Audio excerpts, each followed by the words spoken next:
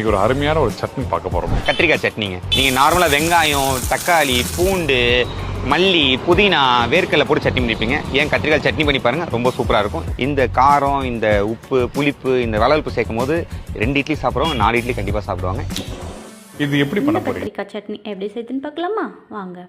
ஒரு கடாயில் எண்ணெய் விட்டு 5 பல் பூண்டை வந்து நல்லா தட்டி இந்த மாதிரி பொன்னிறமாக வதக்கி எடுத்துக்கோங்க. கூடவே இஞ்சி, பச்சை மிளகாய், வரமிளகாய் இது எல்லாத்தையும் சேர்த்து நல்லா ஃப்ரை பண்ணிக்கோங்க. கூடவே கருவேப்பிலையும் சேர்த்துக்கோங்க. கருவேப்பிலை சேர்த்துட்டு ஒரு வெங்காயம் வந்து கட் பண்ணி வச்சுருக்கேன். இது கூடவே கத்திரிக்காய், தக்காளி, புளி இது எல்லாத்தையும் சேர்த்து நல்லா வதக்கிக்கோங்க.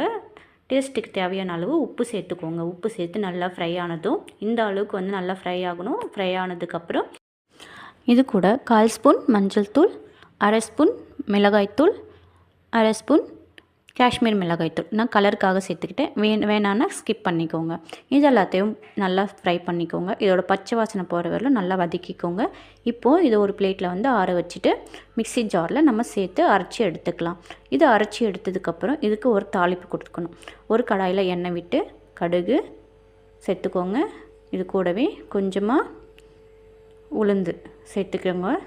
இது கூடவே வரமிளகாவும் கருவேப்பிலையும் சேர்த்து ஒரு தாளிப்பு போட்டு இறக்குனோம்னா சூப்பரான சுவையான கத்திரிக்காய் சட்னி சூப்பராக ரெடி ஆகிடுச்சு. கண்டிப்பாக ட்ரை பண்ணி பாருங்கள். ட்ரை பண்ணி பார்த்துட்டு எப்படி இருக்குன்னு கமெண்ட் பண்ணுங்கள். ஓகே ஃப்ரெண்ட்ஸ், இந்த வீடியோ பிடிச்சிருந்ததுன்னா லைக் பண்ணுங்கள், ஷேர் பண்ணுங்கள், சப்ஸ்கிரைப் பண்ணிக்கோங்க. சப்ஸ்கிரைப் பண்ணிவிட்டு அப்படியே ஃபாலோ பண்ணிக்கோங்க. பாய், ஹேவ் எ நைஸ் டே.